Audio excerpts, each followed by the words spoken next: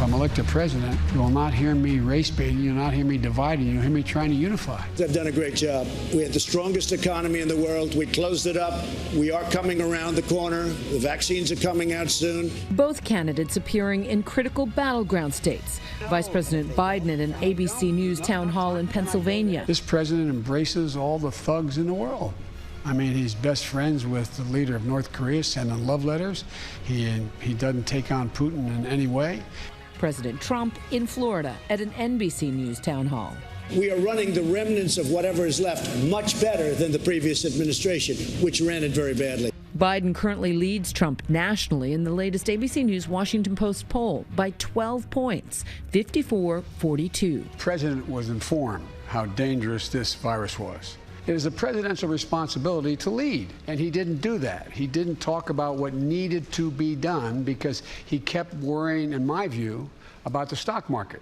The COVID-19 crisis front and center. So my question for you is, if a vaccine were approved between now and the end of the year, would you take it? And if you were to become president, would you mandate that everyone has to take it? Two things. Number one, President Trump talks about things that just aren't accurate about everything from vaccines. We're going to have one right away. It's going to happen and so on. The point is that if the body of scientists say that this is what is ready to be done and it's been tested, it's gone through the 3 phases, yes, I would take it. I'd encourage people to take it. Biden was pressed on whether he'd mandate vaccines when they're available. It depends on the state of the nature of the vaccine, when it comes out, and how it's being distributed.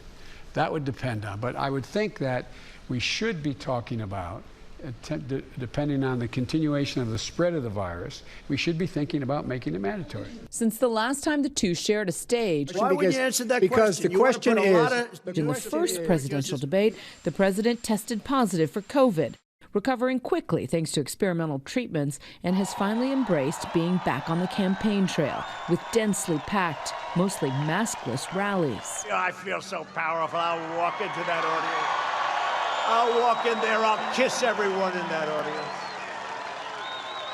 I'll kiss the guys and the beautiful women and everybody. I'll just give you a big fat kiss. Tonight, the president light on details about his COVID battle. Did the doctors ever tell you that they saw pneumonia on your lung scans? No, but they said the lungs are, a little bit different, a little bit perhaps infected. And infected with? I don't know. I mean, I didn't do too much asking. When challenged about the largely maskless event in the Rose Garden, the president again cast doubt on the effectiveness of masks in preventing infection. As far as the mask is concerned, I'm good with masks. I'm okay with masks. I tell people wear masks. But just the other day, they came out with a statement that 85% of the people that wear masks catch it. Well, so, they didn't say that. I know that study. Well, that's what I heard. Biden and his campaign have followed strict COVID-19 protocols. how many of you have been unable to hug your grandkids? And with the pandemic weighing down on the economy, the candidates took aim at each other's tax plans. Companies are pouring into our nation because of the tax rate. And if Biden comes in and raises taxes on everybody, including middle income taxes, which he wants to do, you will blow this thing and you'll end up with a depression, the likes of which you've never had. That's what's going to happen. You stated that anyone making less than $400,000 will not see one single penny of their taxes raised. That's right. But also state that you are going to eliminate the Trump tax cuts. What is your plan for either extending the tax cuts for the middle class or creating a new plan that further reduces those taxes? I carry this card with me.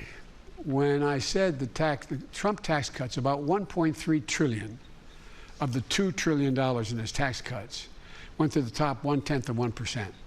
That's what I'm talking about eliminating, not all the tax cuts that are out there. After months of calls for racial equity, Biden weighing in on what he will do for Black Americans. Besides You Ain't Black, what do you have to say to young Black voters who see voting for you as further participation in a system that continually fails to protect them? Well, I say, first of all, as my buddy John Lewis said, it's a sacred opportunity and right to vote. You can make a difference. If young Black women and men vote, you can determine the outcome of this election. Not a joke. You can do that. And the next question is, am I worthy of your vote? Can I earn your vote? And the answer is there's two things I think that I care, and I've demonstrated I care about my whole career. One is, in addition to dealing with a criminal justice system to make it fair and make it more decent, we have to be able to put black Americans in a position to be able to gain wealth, generate wealth. At the last debate, the president was criticized for refusing to condemn white supremacists and militia groups. Who would you like me to condemn? White supremacists and Proud Boys, stand back and stand by. Tonight, he was pressed again. It's a little bit of a dodge. Are you listening? I denounce white supremacy. Okay. What's your next question? Do you feel, it feels sometimes you're hesitant to do so, like you wait a beat. Here we go again. Every time, in fact, my people came, I'm sure they'll ask you the white supremacy question. I denounce white supremacy. Okay. And yet dodging when asked to disavow the conspiracy group QAnon. I know nothing about QAnon. I just told you. I know very little. You told me, but what you tell me doesn't necessarily make it fact. I hate to say that. I know nothing about it. I do know they are very much against pedophilia. They fight it very hard, but I know nothing about it. They believe it is If a you'd like satanic me cult to run by the deep study the state. subject, I'll tell you what I do know about. I know about Antifa, and I know about the radical left, and I know how violent they are and how vicious they are, and I know how they're burning down cities run by Democrats. And with all eyes this week on the Supreme Court confirmation hearing of Judge Amy Coney Barrett, the former vice president pushed once again on whether he'd expand the number of justices. I have not been a fan of court packing because I think it just generates what will happen. Whoever wins, it just keeps moving in a way that is inconsistent with what is going to be manageable. So you're still not a fan? Well, I'm not a fan. I then say it depends on how this turns out. Not how he wins, but how it's handled. How it's handled. If they vote out before the election, you are open to expanding the court? I'm open to considering what happens from that point on. You know, you said so many times during the campaign, all through the course of your career, it's important to level with the American but George, people. if I say, no matter what answer I gave you, if I say it, that's the headline tomorrow. It won't be about what's going on now, the improper way they're proceeding. But don't voters have a right to know where you stand? They do have a right to know where they stand, and they'll have a right to know where I stand before they vote. So you'll come out with a clear position before Election Day? Yes, depending on how they handle this. Meanwhile, the president punting. But would you like to see Roe versus Wade overturned? I would like to see a brilliant jurist, a brilliant person who has done this in great depth and has actually skirted this issue for a long time, make a decision. And that's why I chose her. I think that she's going to make a great decision. I did not tell her what decision to make, and I think it would be inappropriate to say right now because I don't want to do anything to influence her. I want her to get approved, and then I want her to go by the law. Biden was forceful about what he saw were perceived conflicts of interest with Trump and his Justice Department.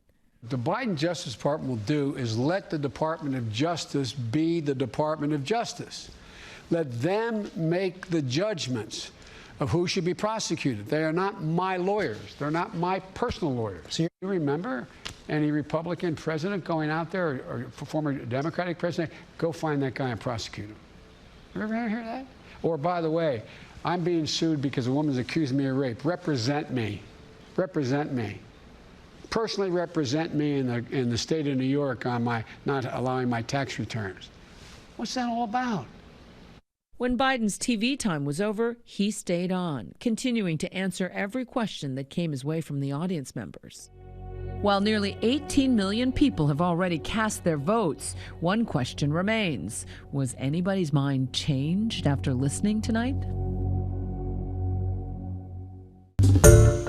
Hi everyone, George Stephanopoulos here. Thanks for checking out the ABC News YouTube channel. If you'd like to get more videos, show highlights, and watch live event coverage, click on the right over here to subscribe to our channel, and don't forget to download the ABC News app for breaking news alerts. Thanks for watching.